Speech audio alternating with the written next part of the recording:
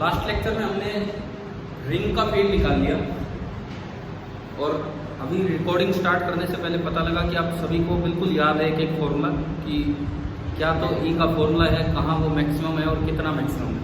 लेकिन वो समझ तो आइडिया होगा हमें। कल एक फुल एनालिसिस हमने किया था, पूरा एनालिसिस हमने किया था कि भाई रिंग का फील्ड कैसा होता है। मुझे लगता है जितना टाइम उसे डिराइव करने में लगा उतना ही टाइम उसका एनालिसिस करने में लगा कि ग्राफिकली, ठीक है।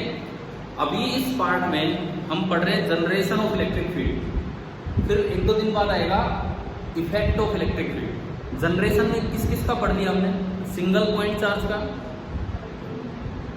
Group of point charge, dipole, quadrupole, ठीक है। उसके बाद हम आए कंटिन्यूस चार्ज, और कंटिन्यूस चार्ज में हमने पहला किसका लिया? रिंग का, ठीक है। इसके बाद कंटिन्यूस चार्ज में दूसरा इलेक्ट्रिक फील्ड इंटेंसिटी, इसको इन शॉर्ट आप ई लिख सकते हो, E, due to circular charge arm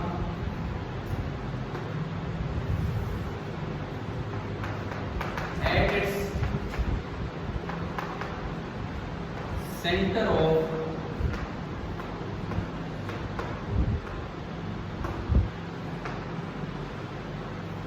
curvature due to a circular charge arc at its center of curvature। यह हमें सेकंड पॉइंट है।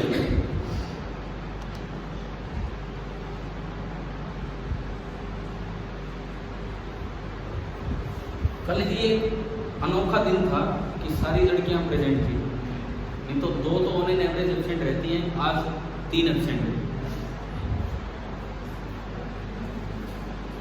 देखो ये क्या है, पूरी रिंग नहीं है, आपको एक रिंग का एक पार्ट दिया है। ये सेमी रिंग भी नहीं है, कितना भी पार्ट हो सकता है, कितना भी पार्ट। मतलब ये एक सर्कल है, ये एक सर्कल है, उस सर्कल के थोड़े से पार्ट पे चार्ज है, मतलब इतनी सी रिंग पे चार्ज है। And this is the centre of curvature and this is the radius of curvature. समझ गए हो? बाकी नहीं है कहीं भी मटेरियल, बस यहाँ मटेरियल है। रिंग पे कौन सा चार्ज दिया जाता है? Linear charge, surface charge, volume charge. Linear charge, ring में केवल लेंथ है, कोई एरिया नहीं है, कोई वॉल्यूम नहीं है, तो लीनियर चार्ज। और लीनियर चार्ज की डेंसिटी को हम अक्सर किससे रिप्रेजेंट करते हैं? लैम्डा से। तो लैम्डा आपका होगा लीनियर चार्ज डेंसिटी, यह आपका होगा लैम्डा, लीनियर चार्ज डेंसिटी। अब मुझे इसकी वजह से सेंटर पे फील्ड निकालना है। तो सपोज इस रिंग ने सेंटर पे जो एंगल बनाया है, मैं कहूँ कि वो एंगल कितना है? अल्फा। और ये जो लैम्डा है ये यूनिफॉर्म है, ये जो लैम्डा है लीनियर चार्ज डेंसिटी, ये बिल्कुल यूनिफॉर्म है, मतलब बराबर बराबर बंटवारा है। अगर ये पॉजिटिव है तो बिल्कुल बराबर बंटवारा है पूरी रिंग में। सबसे पहली बात फील्ड किधर होगा? फील्ड किधर होगा? अगर ये बिल्कुल यूनिफॉर्म बंटवारा है तो फील्ड होगा बिल्कुल बीचों बीच, मतलब अलोंग द एंगल बाइसेक्टर। अच्छा, दूर की तरफ होगा या खुद की तरफ होगा? पॉजिटिव चार्ज है तो आउटवर्ड और नेगेटिव है तो इनवर्ड, ठीक है। आप आज ही आए हैं और ऑप्टिक्स आप स्कूल में पढ़ रहे हो सकता है फील्ड का मतलब ही ना पता हो क्या होता है। कोई बात नहीं, कोई बात नहीं, आ जाएगा धीरे धीरे समझ में। इतना ही आप बैठे हुए आप लोगों को बताएं। सुनो, क्या फील्ड सबने पढ़ रखा है? फील्ड से स्टार्टिंग से क्या होता है क्या नहीं, ठीक है। तो हम फील्ड लिखे यहाँ अलोंग द एंगल बाइसेक्टर होगा, ई होगा along the angle bisector. Along the angle bisector मतलब ये एंगल कितना हो गया? Alpha by 2। कितना होगा वो सुनो, ई विल बी इक्वल टू 2 के वही हमारा लोकल के क्या होता है कि 1/4 pi epsilon 2k lambda by radius into sine of half angle. ये आपका फील्ड होगा and it will be along the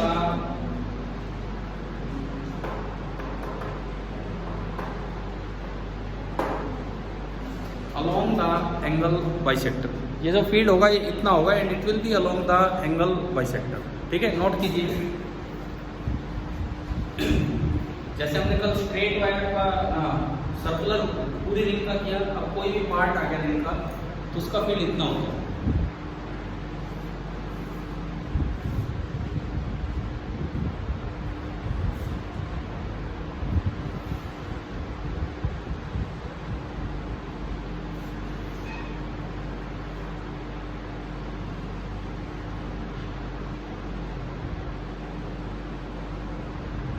चले आगे बढ़े।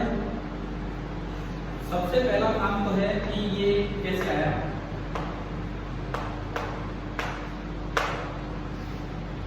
क्या आया कैसे, पहला काम तो ये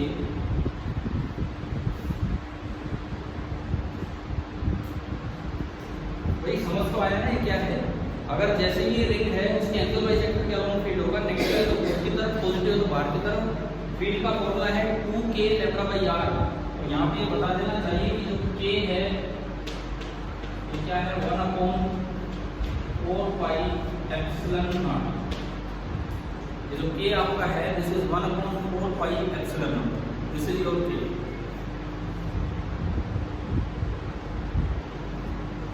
यार आप लोगों में से उनको तो बताने की जरूरत नहीं, आप ही एब्सेंट रहते हो। अगर कोई बच्चा किसी दिन एब्सेंट होना हो ना, एक छोटा सा मैसेज मेरे नंबर पे डाल दिया। एक दो बच्चों ने ऐसा किया भी, उसका फायदा क्या होता है, हम आज क्लास 5 पे भी स्टार्ट कर सकते थे, लेकिन वो मैं उनको बोल रहा हूँ जो आज 3 नहीं है, ठीक है, और जो अगले दिन नहीं आने वाले हैं उनको भी हम 5 मिनट केवल और केवल बच्चों का वेट करते रहे, 5-10 हो गए थे इस चक्कर में। तो इससे बढ़िया है अब क्या फ़र्क क्या पड़ जाएगा, मेरे नंबर पे एक बार मैसेज कर दिया करो कि मैं आज नहीं आ रहा हूँ या एब्सेंट, ठीक है। उससे फिर ये रहेगा कि हम अपना टाइमली स्टार्ट करें। चले हम आगे बढ़े। ये फील्ड कैसे यूज होगा पहले इसका प्रूफ देखते हैं।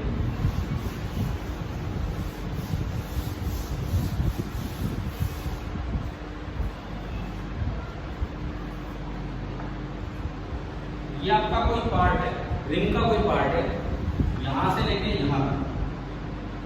ये इसकी एंगल बाइसेक्टर वाली लाइन है, ये इसका सेंटर ऑफ कर्वेचर है और ये एंड पॉइंट्स है, ये है इसके एंड पॉइंट्स। मुझे यहाँ फील्ड निकालना है। सबसे पहले मुझे एलिमेंट मानना होगा। कैसे माने सुनो। आज वो रिंग ऐसे नहीं रखी है, कल रिंग ऐसे रखी थी हमने। आपके एक छोटा सा पार्ट है, एक आर्क है उसकी, और केवल सेंटर पे निकाल रहे हैं, एक्सिस पे नहीं निकाल रहे हैं। यूनिक एक्सिस कर रहे हैं, केवल सेंटर पे। तरीका क्या होगा, आप इसको थोड़ी देर के लिए सेंट्रल लाइन मानो। एलिमेंट कैसे मानना है सुनिए। आप इस लाइन से किसी भी एंगल थीटा पे गए, आप इस लाइन से किसी भी एंगल थीटा पे गए, ये रेडियस r है तो ये पॉइंट भी कितनी दूर बनेगा r।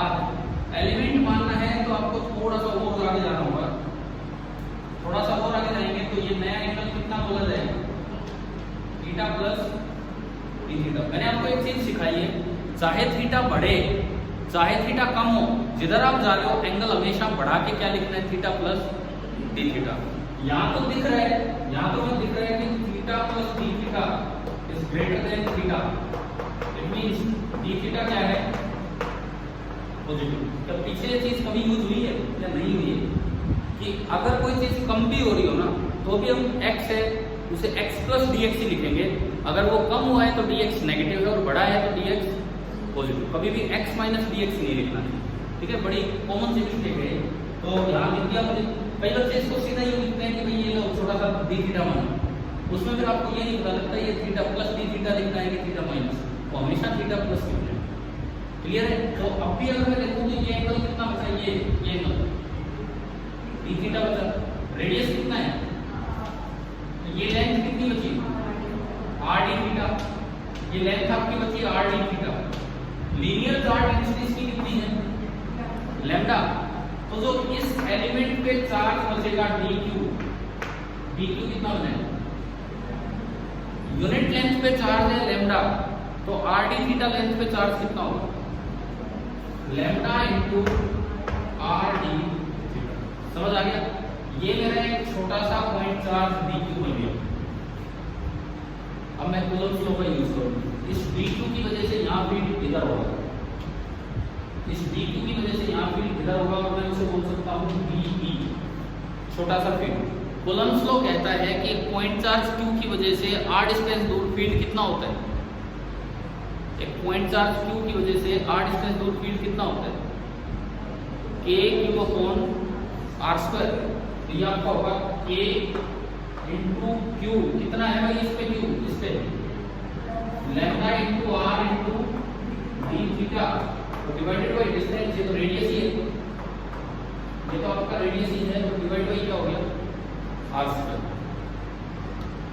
अब मैं फिर कल जैसा सवाल आपसे फिर करता हूँ, क्या मैं E को इंटीग्रल डी लिख सकता हूँ या नहीं। अक्सर मैथ्स में हम करते हैं dx आ गया इंटीग्रेशन कर दो x हो जाता है, क्या d का इंटीग्रेशन E होगा कि नहीं होगा यहाँ। हाँ जी साक्षी जी, कल क्या सिखाया था इसमें बताओ, कब ऐसा लिख सकते हैं और कब नहीं, ताजा आप बताओ कब ऐसा लिख सकते हैं कब नहीं। अगर सारे d सेम डायरेक्शन में हों तो आप E को सीधा लिख सकते हैं इंटीग्रल d, क्योंकि इंटीग्रल d केवल मैग्नीट्यूड जोड़ देगा। लेकिन अगर सारे d सेम डायरेक्शन में नहीं है तो मैग्नीट्यूड जोड़ने से वेक्टर सम नहीं आया करता है, तो इंटीग्रेशन से वेक्टर सम नहीं आएगा। अब यहाँ भी अगर आप चेक करोगे तो अगर आप एक इससे नीचे कोई एलिमेंट मानते हो, जस्ट फॉर चेकिंग, अगर मैं इससे नीचे कोई एलिमेंट मान लूं तो उसका फील्ड किधर जाना है, इधर जाना है। तो क्या सारे डी सेम डायरेक्शन में आएंगे। अगर मैं यहाँ एक एलिमेंट मानूं डी क्यू डैश, तो उसका फील्ड डी डैश इधर जाएगा। तो क्या सारे सेम डायरेक्शन में आ रहे हैं, क्या नहीं आ रहे। Since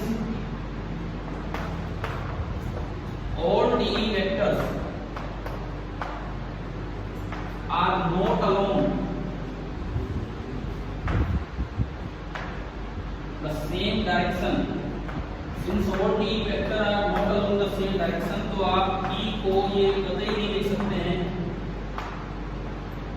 integration of d। कल सिखाया था ना ये, तो ऐसे में क्या करते हैं बताओ फिर, अगर नहीं लिख सकते तो कंपोनेंट सिखाया नहीं भी, आप इसको सी पॉइंट को ओरिजिन मानो, सी पॉइंट को ओरिजिन मानो, इसको मान लो एक्स एक्सिस, इसको मान लीजिए क्या वाई एक्सिस, ठीक है। और डी के टुकड़े करो, ये एंगल थीटा तो ये theta vertically opposite, vertically opposite हो गए, ठीक है। तो डी का इधर कंपोनेंट क्या बनेगा,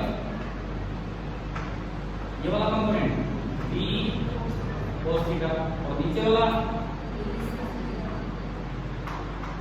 कंपोनेंट आएगा d sin थीटा। अब जो नीचे कोई पॉइंट होगा उसका एक कंपोनेंट ऊपर जाएगा एक आगे, तो ऊपर नीचे वाले कैंसिल होते चलेंगे, केवल कौन से कंपोनेंट जुड़ेंगे, x एक्सिस वाला।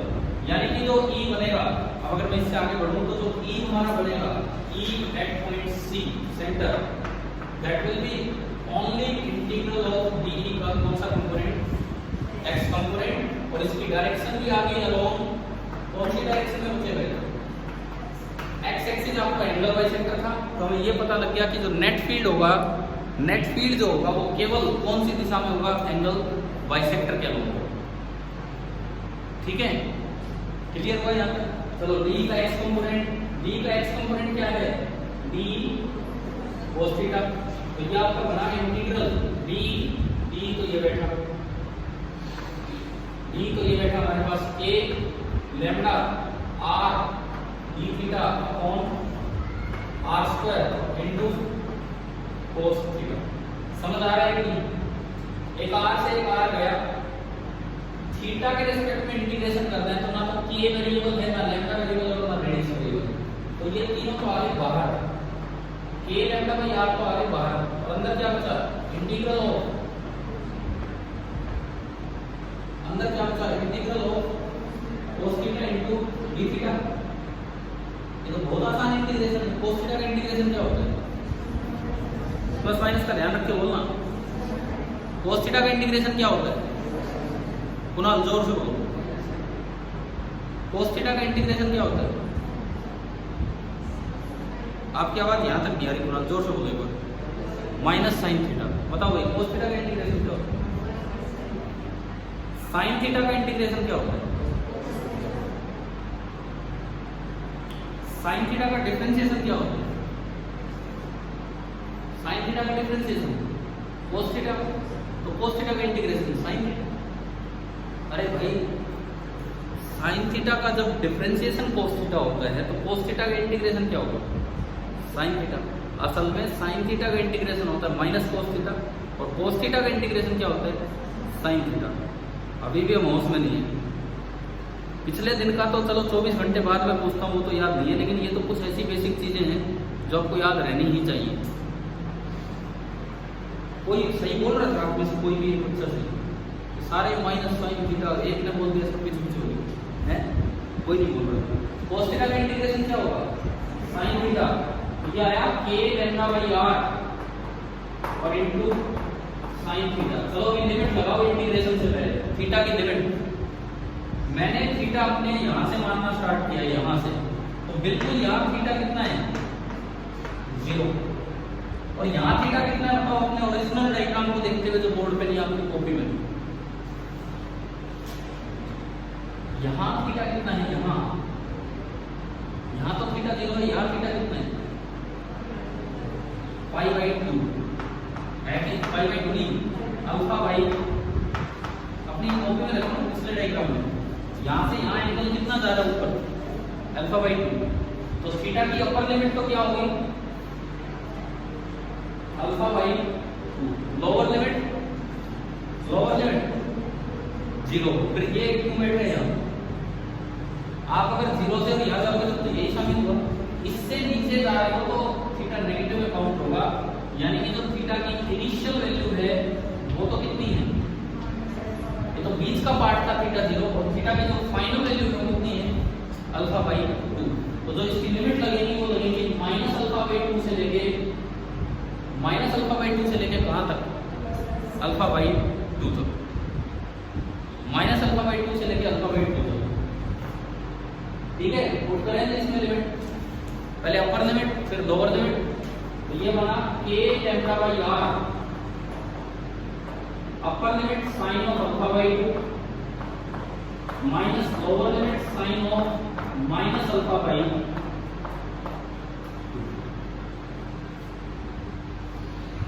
साइन ऑफ माइनस थीटा क्या होता है, minus sine theta, sine of minus theta is minus sine theta, तो माइनस बाहर आएगा, minus minus plus sine α/2 plus sine α/2 कितना बना, 2 साइन α/2, 2 को बाहर उठा दो तो 2k λ/r और इनटू साइन कर लो अपने।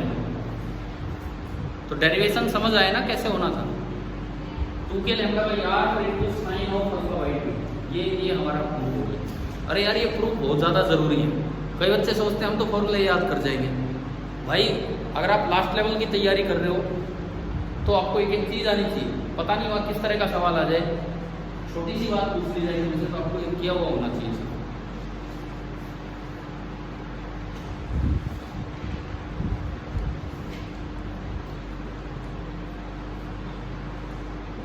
अभी हम इसको यूज करेंगे, आप ये पूरा कर लीजिए, पहले कर लीजिए।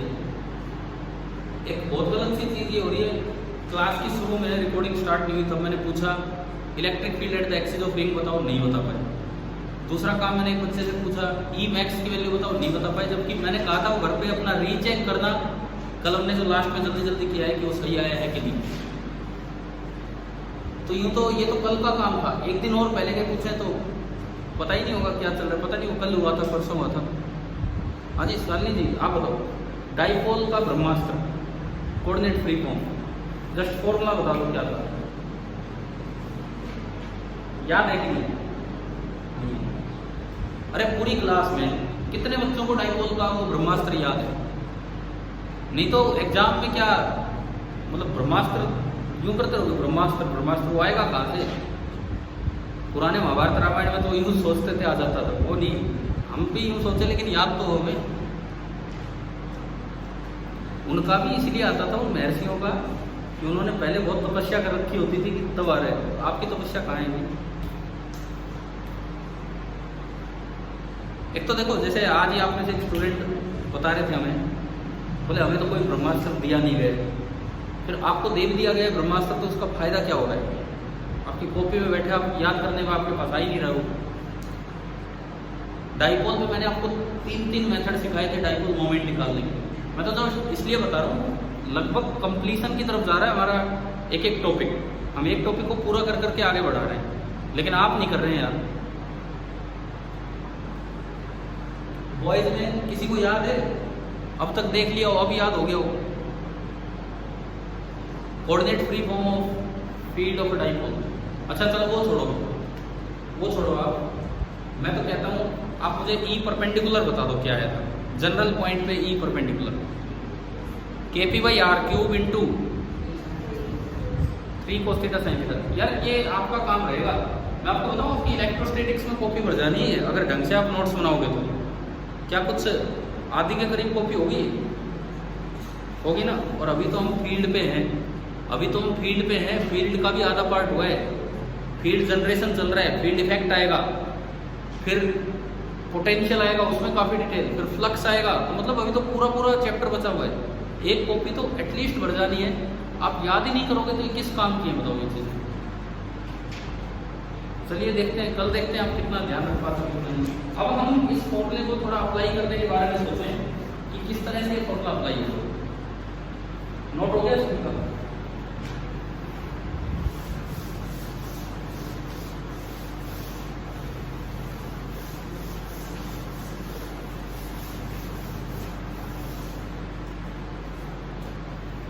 जैसे मान लीजिए देखो रिंग है। अच्छा एक रिंग के सेंटर पे फील्ड कितना था? कल पढ़ा था। रिंग के सेंटर पे फील्ड कितना था? 0। वो यहां से चेक करो। इसी जो फॉर्मूला है उसके नीचे लिखो स्पेशल केस। जो क्वेश्चन पे मैं अभी आता हूं, तो आपका फॉर्मूला है 2k∆r इनटू साइन ऑफ α/2। इसमें लिखो special case. If the arc is complete ring,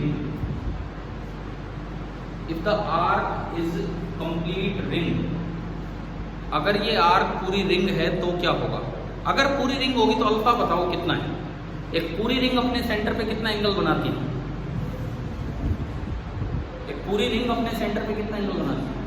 2π। 360 कुछ नहीं होता, हम रेडियन में चलते हैं, ठीक है। 2π, तो इसमें लिख दो अल्फा बराबर 2π। अल्फा बराबर 2π, तो α/2 कितना हो गया? पाई। α/2 बराबर पाई। तो साइन α/2 कितना हो गया? साइन पाई कितना होता है? 0। तो साइन α/2 बराबर 0। और अब आप अपना फॉर्मूला लगाओ तो E बराबर 2k∆r इंटू 0। तो आंसर क्या आ रहा है? 0। यानी कि कल जो रिंग के सेंटर पे निकाला था वो यहाँ से भी आ गया हमारा कि एक यूनिफॉर्मली चार्ज रिंग के सेंटर पे हमेशा नेट फील्ड कितना होता है? 0 होता है, ठीक है। अब मैं आपको अपने इस सवाल में मान लो एक क्वार्टर गायब है। एक क्वार्टर गायब है मतलब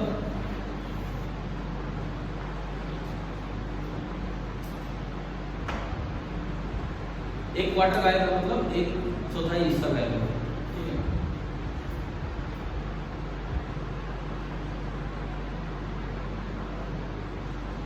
क्वार्टर का मतलब होता है कौवा। एक कौवा गायब है, 3 कौवे हैं। इस तरह से कईयों को बात समझ में तब आती है किस भाषा में बात की जाए। मैं आपकी बात नहीं कर रहा हूँ। जैसे एक दिन एक सवाल पूछा गया, भाई बताओ 2/3 बड़ा है कि 3/4? समझ ही नहीं आ रहा। बोले यार ये कैसा सवाल है, 2/3 बड़ा है कि 3/4? वो नहीं समझ आया। तो बोले ये बताओ 3 आदमी बैठे हैं, उनको 2 बोतल दे दी और 4 आदमी बैठे उनको 3 बोतल दे दी। कहाँ फायदा? उसने तुरंत जवाब दे दिया, बोला हाँ इसमें फायदा है। मतलब कईयों की अपनी अपनी भाषा होती है, मैं इसको भी उस तरीके से नहीं जाता। तो एक क्वार्टर गायब है और बाकी बचे हुए पे एक यूनिफॉर्म पॉजिटिव चार्ज डेंसिटी है लैम्डा। आपको ये दिया गया है, ये ओरिजिन है, ये एक्स एक्सिस है और ये Y axis. Point E vector at origin. E vector का मतलब है i cap, j cap, k cap में। एंड ऑल्सो फाइंड, लास्ट में फिर नोड ई, ये करना है। ई वेक्टर निकालना है और नोड ई निकालना है, दो काम करने हैं।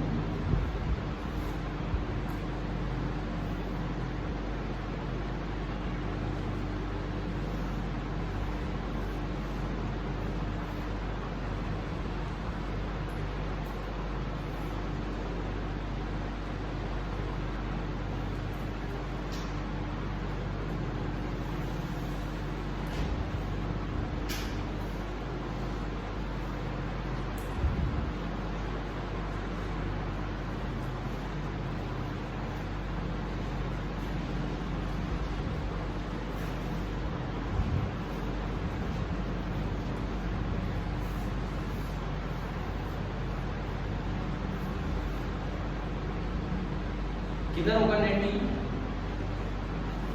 ये है, इसका एंगल ये है, ये एंगल कितना है? 180 और 90 डिग्री, 270 डिग्री हो गया पूरा, है ना। रेडियन में कई बार क्या होता है, जैसे फॉर्मूला बोलना हो, लिमिट लगानी हो, रेडियन में जाना चाहिए, लेकिन जब सोल्व करना हो कई बार हम रेडियन में बहुत आसानी से नहीं सोच पाते हैं। 135 डिग्री, 160 डिग्री, तो आप अपना डिग्री में चल लिया। यहाँ ये पूरा 270 डिग्री है, तो इसका एंगल बाइसेक्टर जो बनेगा ना, वो ऐसे बनेगा। तो ये फील्ड इधर होगा, पॉजिटिव है तो बाहर की तरफ। दिमाग को आई ना समझ? मतलब ये 90 डिग्री है, ये 90 डिग्री है, तो जो फील्ड है ना, ये इस तरह बनेगा कि इधर कितना 45 डिग्री। ई कितना बनेगा? ई क्या फॉर्मूला था हमारा? 2a lambda upon radius into sine of half angle. ये पूरा कितना है? 270 डिग्री, 270 का आधा 135। अब मैथमेटिक्स हमें बहुत आसानी से सिखाता है कि साइन 135 कितना होगा? Sign 90 plus 45। साइन 135 आपको होता है 90 प्लस 45। 90 का साइन किस में बन जाएगा? कोस में। सेकंड क्वाड्रेंट में साइन पॉजिटिव है, तो कोस 45 हो गया। और कोस 45 कितना होता है? 1/√2, और 1/√2 से 2 कटेगा तो ई का मैग्नीट्यूड कितना आ गया? √2a lambda by. तो मेरे पास इसका आंसर आ गया √2 ये आपका होता है 4/ε0 लैम्डा बाई। ये इस पार्ट का आंसर है।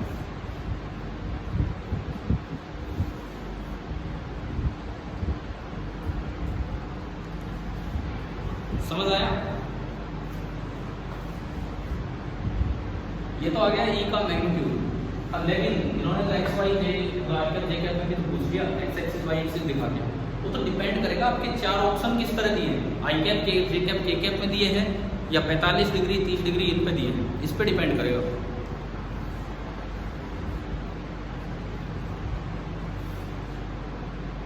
कैसे करें? मैग्नीट्यूड ब्रेक करना तो बड़ा आसान है।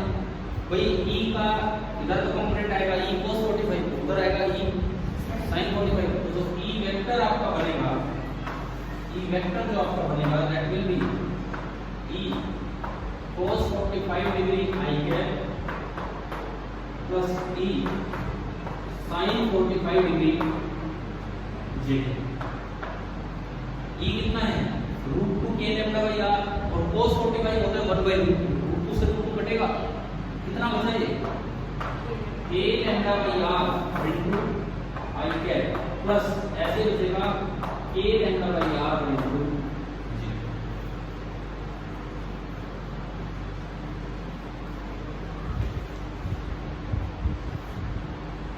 समझ आ रहे हैं लगाने किस तरह से हमने यूज किया?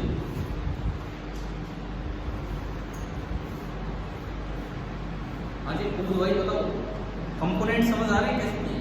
आते हैं कंपोनेंट करने में?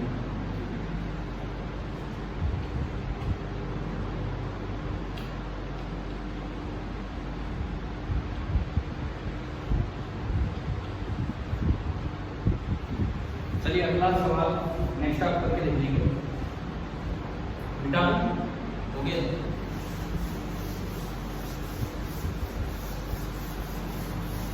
अब जरूरी थोड़ी कि हमसे फील्ड पूछा जाए। फील्ड का यूज क्या है कि वहां रखे गए किसी भी चार्ज पे अगर फोर्स निकालना हो तो फोर्स हो जाता है चार्ज इनटू फील्ड, है ना। तो एक सवाल इस तरह का देते हैं,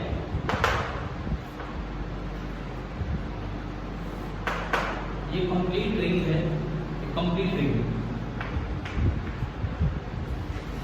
ये तो बीच में एक डायमीटर बनाया और कुछ नहीं। चार्ज यहां वाले पार्ट पे तो है पॉजिटिव, ऊपर चार्ज डेंसिटी है लैम्डा जो कि यूनिफॉर्म है,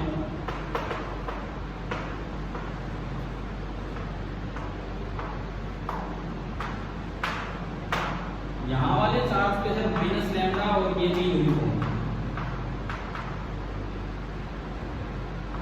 दिस इज अ रिंग, इसका रेडियस है r और इसके सेंटर पे एक पॉजिटिव चार्ज रखा हुआ है Q। Find magnitude of force on Q। इस Q पे कितना फोर्स लगेगा वो आपको बताना।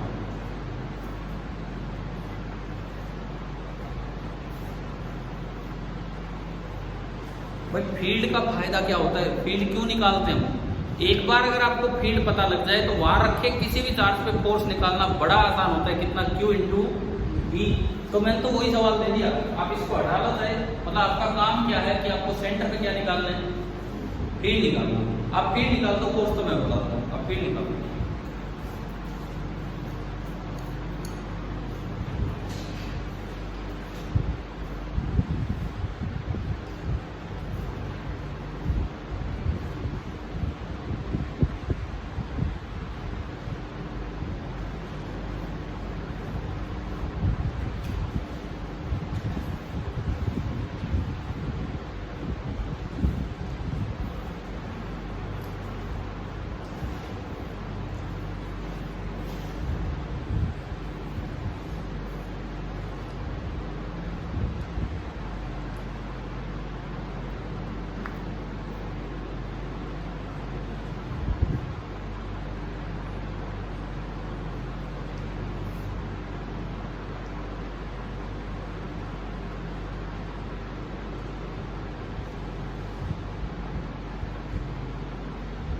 हो सकता है कि किसी के दिमाग में आ भी गया हो, लेकिन मैं हिंट दे देता हूँ। एक पूरी रिंग देखने का कोई फायदा नहीं है क्योंकि पूरे पे सेम चार्ज डेंसिटी नहीं है।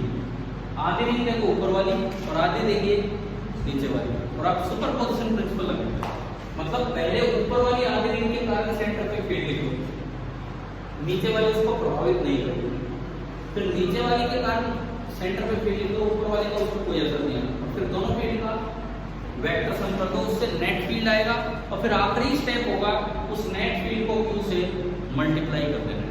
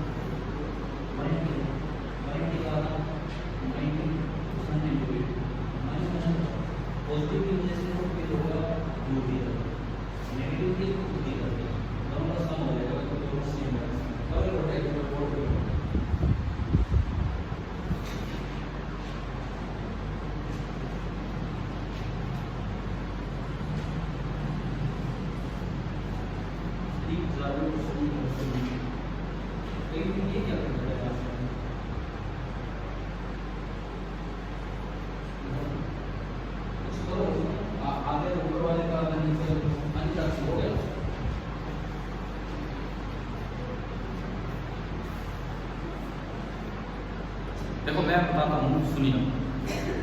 आपको ये सोचना आना चाहिए ना, यही तो चीज़ें करनी और क्या करनी है। हम इतनी आराम से पढ़ा रहे हैं आपको, एक दिन का एक या मुश्किल से 2 टॉपिक होते हैं, लेकिन उसी की डेप्थ में जाते उसी को करते हैं। कल केवल रिंग ही रिंग वाला काम चला था, आज एक आर्क वाला ही काम चल रहा है, तो आप देखिए तो सही, सीखिए उस काम को। भाई पूरी रिंग पे तो सेम लैम्डा है नहीं, क्योंकि ऊपर पॉजिटिव और नीचे नेगेटिव, तो सेंटर पे जीरो तो होने वाला नहीं है। जीरो तो तब होगा जब सेंटर पे, जब हर जगह चार डेंसिटी सेम होते हैं। तो आप इसको दो पार्ट्स में ब्रेक करो। सॉल्यूशन इसमें ऐसे चलेगा, सबसे पहले इसको भूल जाओ, ये आधी रिंग आपने ली, ये आधी रिंग आपने ली, सॉल्यूशन का पहला पार्ट। इसकी वजह से इसको भी हटाओ, पहले मैं फील्ड निकालूं, पहले मैं फील्ड निकालूं और कुछ नहीं। इसकी वजह से ये एंगल कितना है, 180 डिग्री बोलता जो हम बोलते हैं। अच्छा, पॉजिटिव चार्ज फील्ड फैलाता है दूर की तरफ, बढ़ाया था ना, पॉजिटिव चार्ज अपने से दूर धक्का मारता है फील्ड का, एंगल बाइसेक्टर के अलोंग दूर की तरफ। क्लियर है, एंगल बाइसेक्टर के अलोंग दूर की तरफ कितना होगा, ये E1। सुपरपोजिशन प्रिंसिपल कहता है कि दूसरा चार्ज इसको छेड़ नहीं सकता, ये जो होगा वो होगा। कितना होगा, 2k लैम्डा बाई r, और sine of half angle, sine 90 degree 1, E1 कितना आया, 2k लैम्डा बाई r।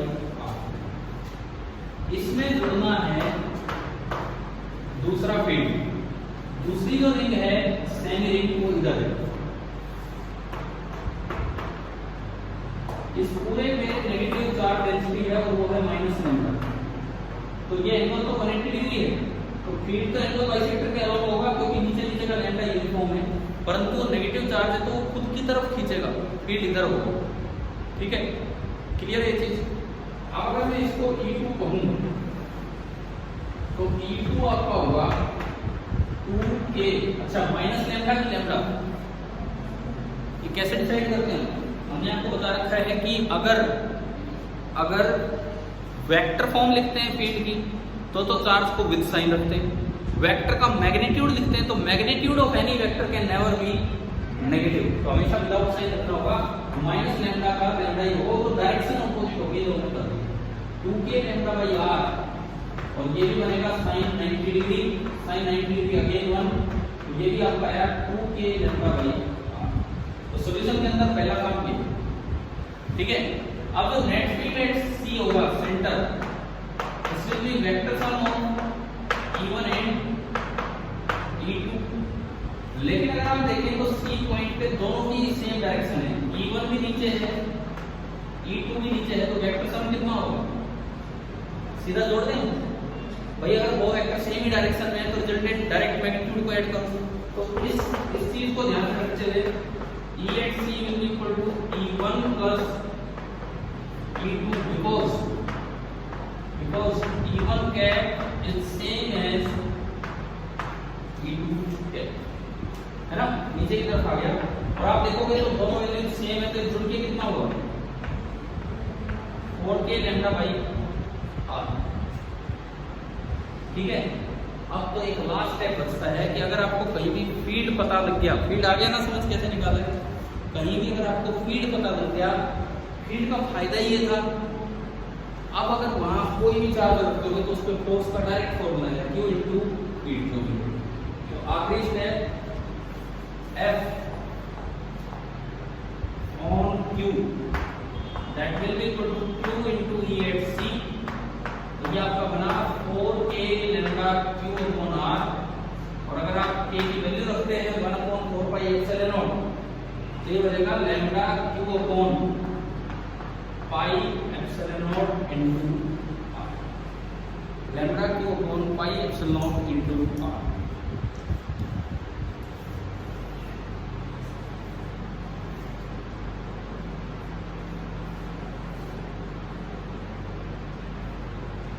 ये चार्ज आर्क वाला कैसे काम आ रहा है समझ आ रहा है ना आपको, जगह जगह ये काम आ रहा है चार्ज आर्क वाला, किस तरह काम आ रहा है वही मैं आपको समझा रहा हूँ।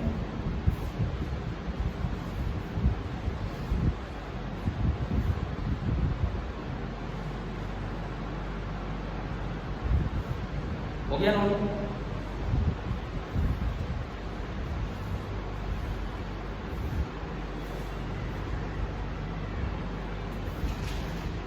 चले आगे।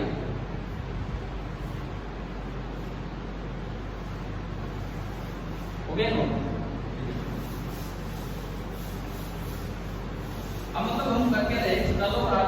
के कलर आर्ट्स मिला के रिंग का ही टॉपिक ले रहे हैं, चाहे वो पूरी रिंग हो चाहे वो आधी रिंग हो चाहे कैसी नहीं हो। अब हमने जब फर्स्ट पार्ट पढ़ा तो उसमें एसएचएम बहुत बार पढ़ा होगा। पार्टिकल अगर स्टेबल इक्विलिब्रियम में है और मैं उसे थोड़ा सा डिस्प्लेस कर दूं, बहुत ज़्यादा नहीं, ज़्यादा करोगे तो वो ऑसिलेट करता है, थोड़ा करोगे तो वो ऑसिलेट तो करेगा लेकिन वो ऑसिलेशन कैसे बन जाएंगे, एसएचएम बन जाएंगे। तो एक सवाल कुछ उस तरह की चीज़ को समझने के लिए, ठीक है। तो क्वेश्चन की भी हेडिंग हम बना रहे हैं, SHM of A charge particle on the axis of a ring. SHM of a charged particle on the axis of a ring. ये वाला पार्ट हम ले रहे हैं।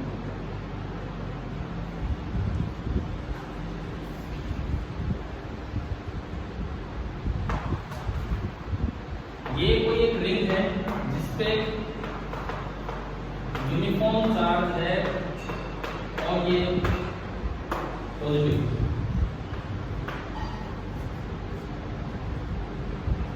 ये है इसका एक्सिस। बिल्कुल इसके सेंटर पे एक क्यू चार्ज रखा हुआ है, लेकिन वो क्यू कैसा है, नेगेटिव। तो यहाँ रखा है, तो भाई हम अभी भी आज भी पढ़ चुके, कल भी पढ़ा था, at the centre of the ring field कितना होता है, यूनिफॉर्म रिंग में 0, इस पे फोर्स कितना लग रहा होगा, 0, मतलब ये इक्विलिब्रियम में है। अगर मैं इसको थोड़ा सा आगे डिस्प्लेस करूं, मैं सवाल ही देता हूं ना, सवाल तो क्या है, तो वैसे समझिएगा, सवाल की तरह लिखने की जरूरत नहीं है, सिचुएशन बना के चलते हैं। मान लो मैंने इसको x आगे डिस्प्लेस किया, इस क्यू को मैंने यहां लाके रिलीज किया, इस क्यू को मैंने यहां लाके रिलीज किया, तो छोड़ते ही इस पे फोर्स किधर लगेगा, रिंग पे कैसा चार्ज है, पॉजिटिव। पॉजिटिव चार्ज का फील्ड हमने पढ़ा था एक्सिस पे,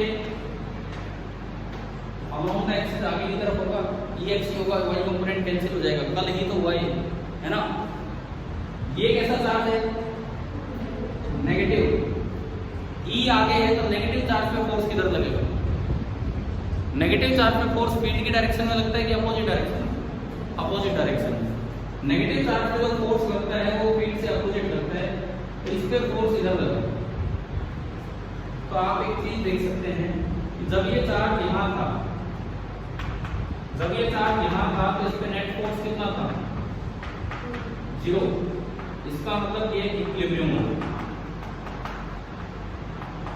तो ये इक्विलिब्रियम हो गया। मैं इसको इधर उठा के लेके आया और रिलीज किया, तो अब आप देख सकते हो कि जो नेट फोर्स लगेगा उसकी डायरेक्शन x से अपोजिट है। समझ आ रहा है कि कैसे इक्विलिब्रियम है, स्टेबल कि अनस्टेबल, ये कैसा इक्विलिब्रियम है, स्टेबल कि अनस्टेबल, स्टेबल। आप छोड़ दोगे ये उल्टा आएगा, छोड़ते ही चीज वापस आ रही है, तो उसको छोड़ के जाना ही नहीं चाहिए। यहाँ पे पता लगा कि ये इक्विलिब्रियम है, यहाँ पता लगा कि ये कैसे इक्विलिब्रियम है, स्टेबल इक्विलिब्रियम। स्टेबल इक्विलिब्रियम का ये फायदा होता है कि अगर इसे रिलीज किया है और वो स्टेबल इक्विलिब्रियम में था तो इट विल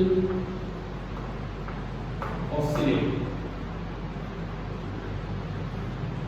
स्टेबल इक्विलिब्रियम का ये फायदा होता है कि इट विल ऑसिलेट, ये ऑसिलेट करेगा।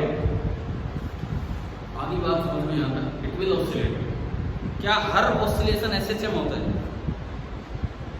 क्या कंडीशन होती है उसमें,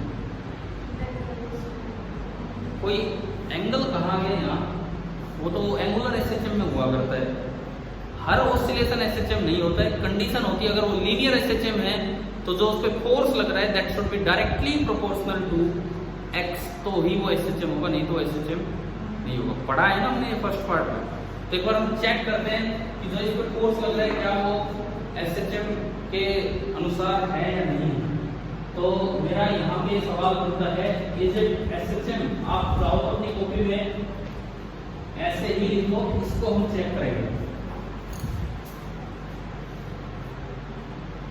हम अभी यही चेक करेंगे कि क्या ये मोशन ऑसिलेशन एसएचएम है कि नहीं। एसएचएम की full form simple harmonic motion, ठीक है। करते हैं इसको चेक। तो सबसे पहले मुझे इससे आगे इधर मुझे फोर्स लगाना पड़ेगा, देखना पड़ेगा कि वो force directly proportional to X है कि नहीं। ई लिखो पहले, ई कितना है, बिकॉज हमने पिछले भी सवाल में सीखा, एक बार आप ई देख लोगे तो फोर्स आ जाएगा Q × E। अर्षित मैंने आपसे आते ही पूछा था कि रिंग के एक्सिस पे, आपसे नहीं इनसे पूछा था, कुणाल से, रिंग के एक्सिस पे कितना ई होता है, अब तक याद हो गया होगा। ये कह रहे हैं KQ/R/2 + R²/3/2, गलत है सही है? अरे वो छोड़ो, वो तो सही होगा। KQ/R/R² + R²/3/2, गलत है सही है? आपको तो याद है, वो R की जगह यहाँ क्या है X, तो E यहाँ जो E है ये E कितना होगा KQ 4 रिंग X अपॉन नीचे क्या R² + X² की पावर 3/2। E तो हमने वही होगा कितना है। अगर E इतना है तो फोर्स कितना होगा बताओ, किस पे फोर्स है, इस पे कितना होगा Q × E, Q × E भी मोड Q × E। क्यों? Q कैसा है नेगेटिव, या तो अलग से लिखा होता -Q तो मैं वो पॉजिटिव Q उठा ले जाता। आपको पता है कि ये फोर्स फिर से एक वेक्टर क्वांटिटी है और मैं वेक्टर का क्या लिख रहा हूँ मैग्नीट्यूड। वेक्टर का मैग्नीट्यूड कभी भी नेगेटिव नहीं हो सकता, इसलिए क्योंकि क्या लगाना पड़ेगा मोड, वो तो डायरेक्शन उल्टी करेगी, ठीक है। मोड Q × E, तो यानी कि ये हो गया वो Q mod Q upon R² + X² की पावर 3/2, और उसमें जो एक चीज है वो बाहर मैंने कर दी है, ये आपका फोर्स आ गया।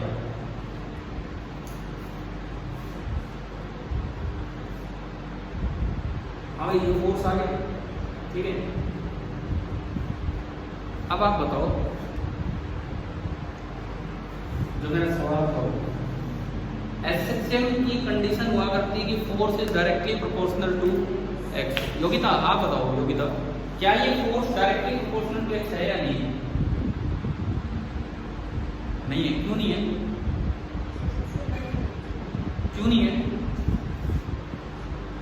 तमन्ना आप बताओ, तो ये है कि नहीं? नहीं है, क्योंकि ये इंडिपेंडेंट नहीं है एक्स से, इसमें खुद क्या है हुआ है एक्स।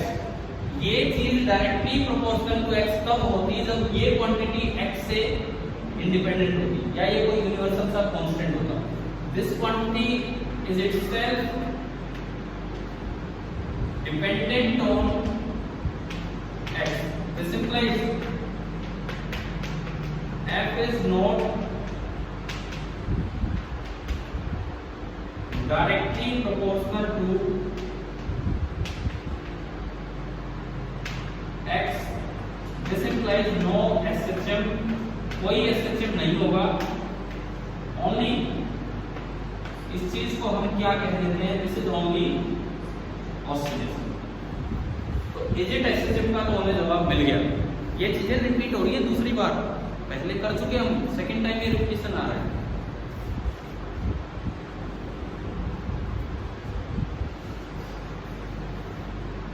अपने नोट्स को थोड़ा इस तरह बनाया करो कि बीच में सवाल पूछा गया है, आपने ये जवाब दिया है, अब अगला सवाल पूछा जाएगा इसी तरह का।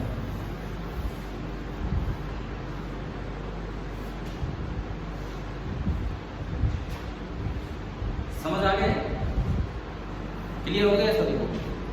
अगला सवाल, under what condition will it perform SHM? लिख लो, इसी तरह से लिख लो, under what condition will it perform SHM?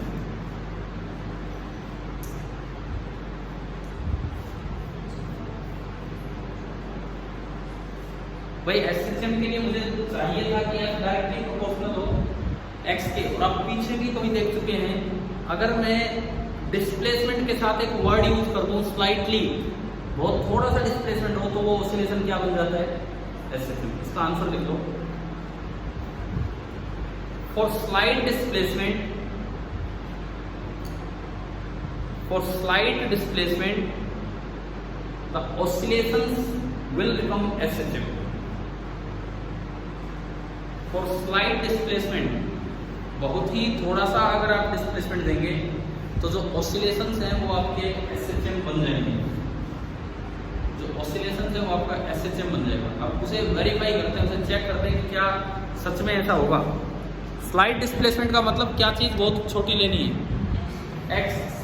Slight displacement का मतलब है कि x is very very much smaller than आसपास की चीजें। आसपास की चीज एक ही है, क्या, रेडियस। भाई कोई चीज छोटी या बड़ी तब होती है जब उसके बगल में कुछ हो कंपेयर करने के लिए। ऐसे आप कैसे कह सकते हो कि ये छोटा है और ये बड़ा है, ठीक है ना, कंपैरिजन से होता है।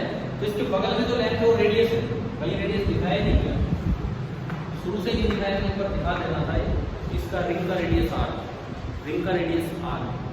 तो ये जो x है बहुत छोटा अगर आप ले लेते हैं तो उसका फायदा क्या होगा कि एक्स स्क्वायर तो बहुत ही ज्यादा छोटा हो जाएगा, और कहीं भी अगर R square plus X square आएगा तो उसको मैं क्या कर दूंगा, आर स्क्वायर।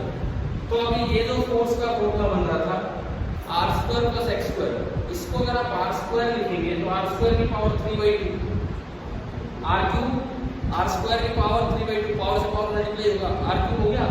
तो आपका जो फोर्स बना, force K capital Q mod Q upon R cube और इनटू x।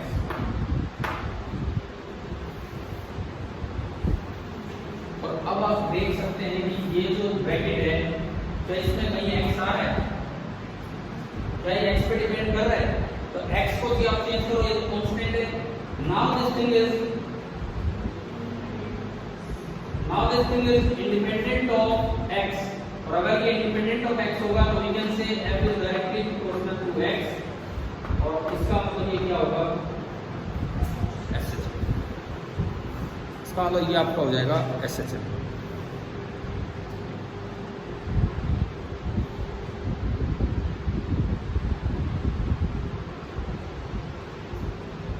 समझ आया? अगला सवाल, इसी तरह के छोटे छोटे सवाल इसमें चल रहे हैं। पहले पूछा SHM है कि नहीं, फिर पूछा अगर स्लाइट डिस्प्लेसमेंट है तो SHM है। ये तो याद ही कर लो, ऑसिलेशन SHM बन जाता है अगर आप उसका डिस्प्लेसमेंट बहुत ही कम करो। अगला सवाल, what is the time period of this SHM? What is the time period of this SHM? इस SHM का टाइम पीरियड क्या होगा? ये भी कभी सिखाया हुआ है पहले।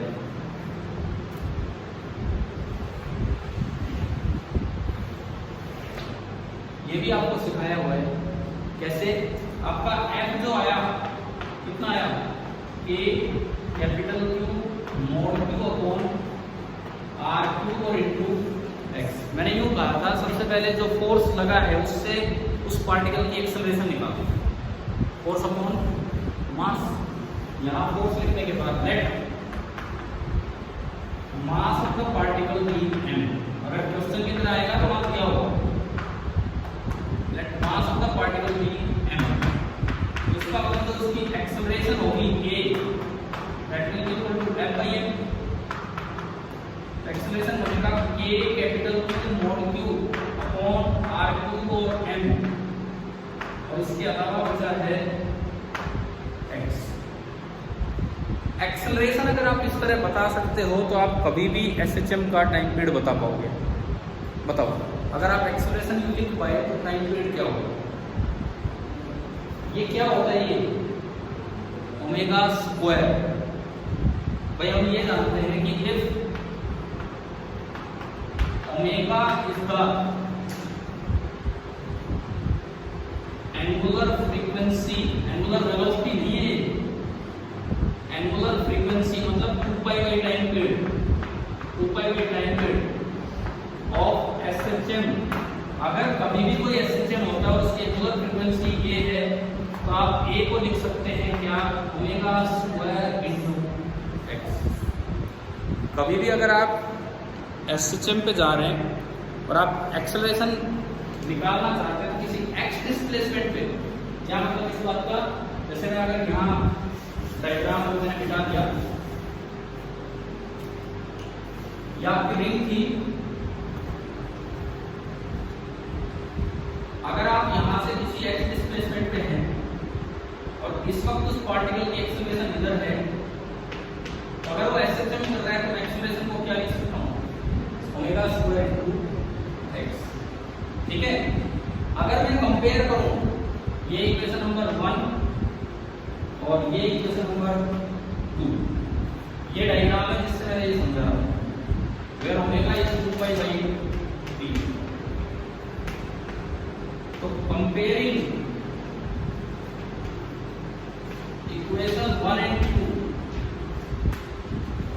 comparing equation 1 and 2, तो यहां से मैं अगर देखूं तो ओमेगा स्क्वायर कितना है, k capital Q mod Q upon m r Q। ठीक है, अगर हम ओमेगा निकालें, अगर हम यहां से ओमेगा निकालें, अंडर रूट ऑफ ये होता है 1/4 pi epsilon Q mod Q upon 4 pi epsilon M R Q.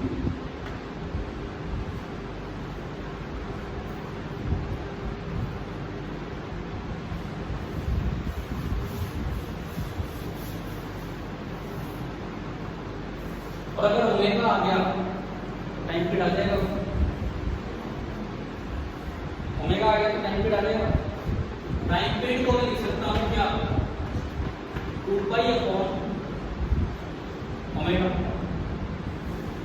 तो अगर मैं यहां से टाइम पीरियड लिखूं 2 पाई अपॉन ओमेगा, तो टाइम पीरियड बना 2 पाई इनटू वो उधर है under root of 4 pi epsilon M R Q upon Q into mod. ये आपका टाइम पीरियड आ गया इसके एसएचएम का, 4 pi epsilon M R Q upon Q into mod, ये इसका टाइम पीरियड आ गया। हमने आर्क पढ़ा लेकिन वापस में रिंग पे लौट के आया, तो एक ही बात है आर्क और रिंग, और फिर हमने एसएचएम वाला कॉन्सेप्ट रिंग में भी लगाया जो पीछे जब फर्स्ट पार्ट फोर्स वाला पढ़ रहे थे वहां पर। क्या एक एक सवाल समझ आया कि नहीं, छोटे छोटे जो बताए। अच्छा, हम इसमें देखो इतना सब भी करने के बाद कई बार क्या होता है, जैसे 4 ऑप्शन होते हैं में मोड नहीं लगा रखा, अगर एक में मोड लगा रखा है एक में नहीं लगा रखा फिर तो मोड वाला सही, और अगर मोड नहीं भी लगा रखा तो भी आपको टिक करके आना है, क्योंकि इस बात पे आप उस ऑप्शन को नहीं छोड़ सकते हैं कि मोड नहीं लगा, क्योंकि वहां फिर वो अपने आप अंडरस्टूड होगा कि वो क्यों कैसे लिया उन्होंने विदाउट, समझ गए हो।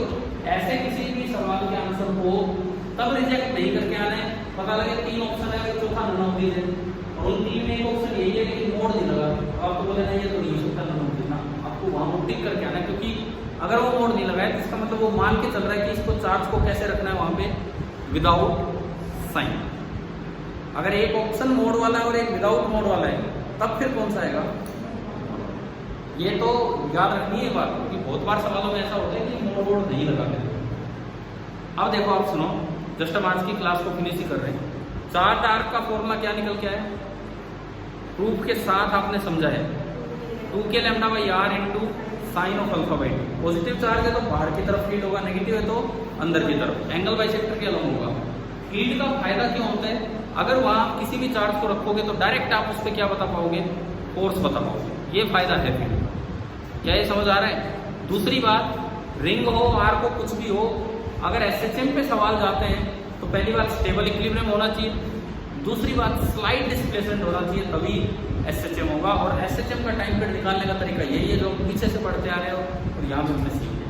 अब कल जब आओ तो भाई ये थोड़ा सा चीज़ें रिवाइज करके आए तो 1-2 लेक्चर का काम हो, ठीक है। आपका कोई सरप्राइज टेस्ट हो जाए 15 मिनट का, आपको तो फॉर्मूले तक याद नहीं होते, कम से कम वो पार्ट अपना रिवाइज करके मैं नहीं कह रहा हूँ कि कल टेस्ट होगा, पता लगा 3 और गायब हो गए, कल टेस्ट नहीं होगा, कल हम आगे ही पढ़ेंगे। ठीक है, थैंक यू।